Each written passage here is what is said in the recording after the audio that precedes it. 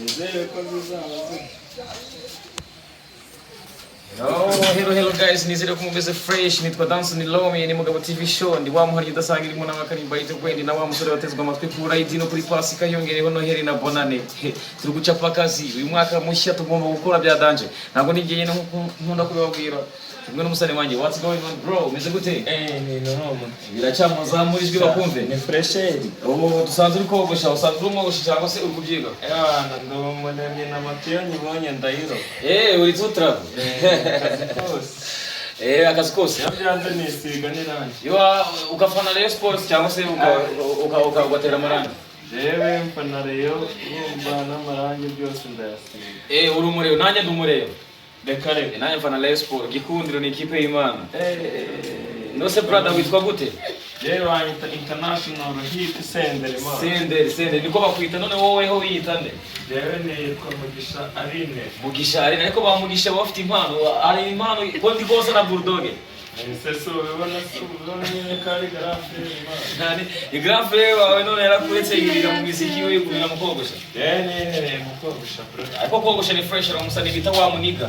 Afanye n'indirimbo na Bulldog na Bruce the Face, ariko na Fireman ndetse na J Park. Niba ntibeshe nawe yakoranyije abahanzi ajya agenda yogosha. Abakorera indirimbo ijya kuri channel ye yitwa wa muniga. Munajye mukore subscribe ntarinda y'umujinya. None se nta yindi mpamvu ufite usibye kogosha? Jewe gukanika ndabizi. Ukanika ikimoto imodoka? Na automoto n'utugare. No kuturoba ndabizi kuroba n'utumoto ibintu by'ingibyo nuko nta mukanda ndabona ariko biri hafi aho ngaho. Hafi aho biri bugufi. Jibuze se ahantu nkugushira amafaranga ngaye ko nanye nshaka kugira ngo mubito iguhafe. Abana no guhera. Akantu kagashombo. Urananye gusha bye. No guhera kuri sende kuzamura. Sende nangahe? Dabara isesanyo bivuge mu Kinyarwanda abamere babimenye samagana ariko miji bro baratana ariko Kinyarwanda. Inanga hase ibintu by'imirimo bijya mu byibuze. Guhinga? No se byibuze nta n'umurimo ufite kuba ukaba wahingisha. Uretse gukodesha bro. Icyo bita kwatisha mu Kinyarwanda cyane. Kwatisha. Ariko njyewe sika nta nubwo ndikata wabaye. Ntaba ari wowe. Si muri wo waba wogosha utwara mu tukanakanika ukabona umwanya wo guhinga ugase wabiva. Wabikora ndetse iramisatsi yo kubigora siporo yogosha. Nose usana Bulldog byuzura umufano. Buddha. Buddha. Buddha mani, Buddha ngenda mufiringa bya atari mani ebana. Byadanje. Hari indirimbo yese uzi? Sha ndazizi ariko kuzisubiramo ibyo ngibyo byaba ari ukunesha umwanya w'igihe. Jewe gusa nta numva interview ebana. Asa yumva avuga ati cyakora umuhungu arapfuye. Namwemera byadanje. Hari indirimbo byibuze ntuyiririmba ariko utubwire nk'indirimbo igukoma mu ndirimbo ze mu matrack afite. Ndumva nani. Ikiboneza mvugo nk'umusaza sinayoze. Ndayumva ariko ewana Buddha ngenda mufiringa kubw'imirongo atanga urumva. Kaye no umusirikare tu.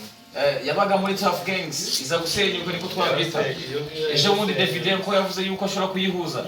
Mbonye kubaza ku musani utakirimo atari ku mpamvu ze ariko yaratabarutse. J Paul mufata gute mu no wigera kuri J man. Yewe ndagaske. J Paul. Umusirikare muzima.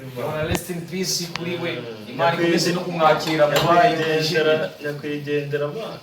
J Paul se kubera iki abasani benshi bamwikundira J Paul? J ni umusaza niwe watangije Tough Gang urumva. Ahubwo numvise n'umusaruro uri kumuvuka nabi twaserera grave. J Paul ntabwo ari watangije Tough Gang ahubwo wita Pifla ahubwo muri Tough Gang niwe nibeshyamo akantu. Pifla ni usa nkaho wayitangije ariko bose barayitangije ariko cyane Pifla usanga neza no kuri piho nanakwica. Nuvuga ngo ese ko ndi kuba bose wanakwica bose n'abasaza rero. N'abasaza mu kazi. Ariko impamvu dukunda aba Tough Gang nanjye ndayikunda byadanje. Tanga imirongo n'ubuzima kwigisha ubuzima. Just yaravuze ngo J Paul yaravuze ngo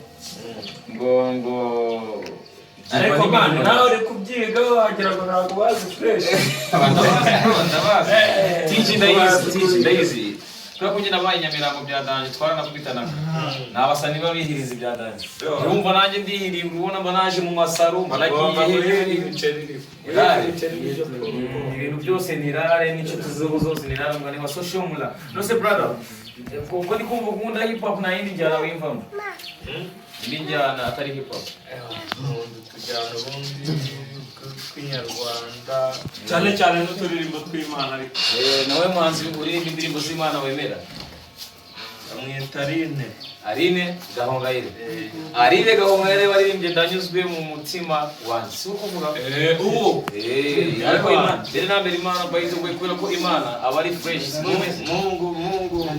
Mungu anikupa uzi Kiswahili kare nana kamwe gusa ndo mukongomani mani ngiye nuko ari gutyo uri umunyarwanda we genda umukongomani uzi Kiswahili hakiye nese mani Imana no gufata itavuwe ngewe nize literature nkaba rero nabikuye ko na hano nize nakora gitangazamakuru icyo assemblement handi igihe habaye inama y'abanyeshuri mbese uri umunyamakuru wakamejeje isikari bwo bwa mbere nakubona impamvu ariko bwa mbere wambona no kutari wakanda subscribe kuri Mugabo TV show nuyikandaho zaba mbona ubwo Imana yakunzanyeho ubu umore b'amakuru anjye wasanga nanjye ko ndayagwara ndayagusiga pe inangase ni bose bemera hip hop cyangwa ari n'abandi bikunda buri muntu wese akunda injyana buri muntu wese afite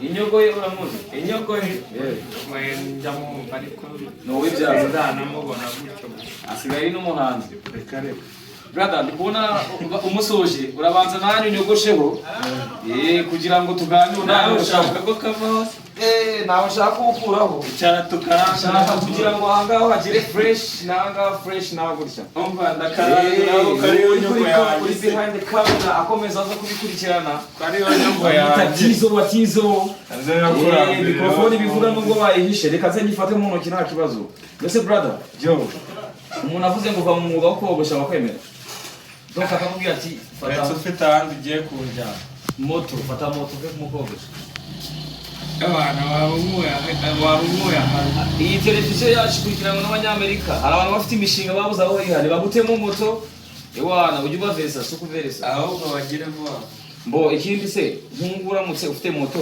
ayo uhembwa kuri moto arabangana nayo wahembwa kogosha ni iki wahitamo aho kugira ngo gume gutamira iyi misatsi n'ubundi najya gutamira ivumbi Imana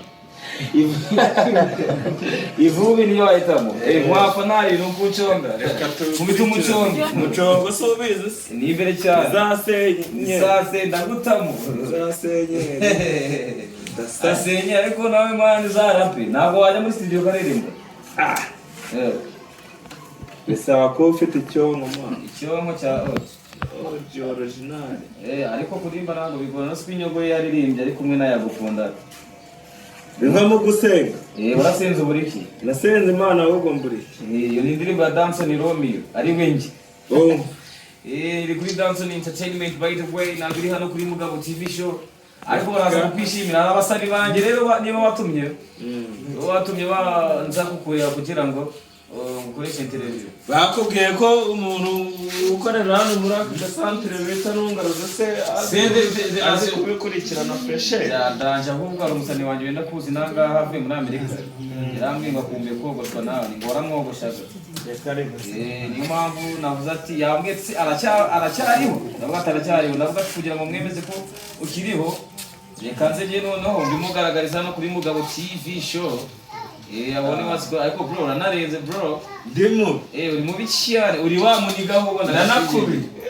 ariko mfite coffee ya fresh bro by the way nani ujye unyogosha nagukira ukubona angana no kubisaho akantu muri wa muniga wori Senderi international hit bakumve baba cyazura narenze bro ndi mubi akaroso kanjye usa nkaho ucunze gutya ntabwo ugera aha ngaha abakobwa barambwiye ngo bakunda ibiroso n'abahungu b'ibikara none ko numva se sha nawe uri wa muniga Ni DG bro, DG. We ntamu.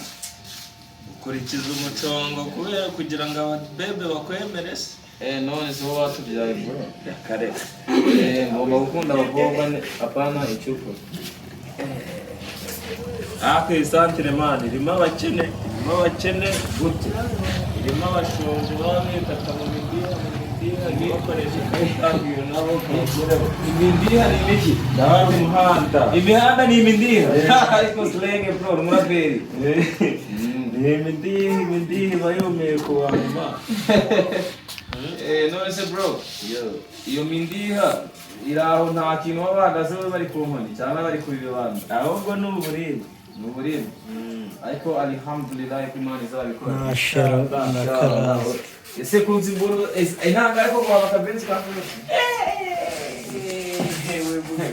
Ese ibyo bizi umuntu wese yemerewe kwibya. Ibyo bintu man, ibyo bintu uri kuvuga jewe urumva. Benzi sinjye ngurube ngewe niriraga agatungo bita akambuzi. Ihene. Ndabaraga hene. Nani ngurube babe benzi bari kubarya benzi ntavuga ingurube. Ako arabaze nuko wa musore wacu yagiye bita Popo cyane. Aragafiringa. Nawe turaza kumureba. Turaza nyuma. Agomba nzakamutaka icyaka kundi. Ako ihene igura ngahe nanga mu mutara. Agahene kama cyane nka beni na mucomuka ko akakokereza kuri 5.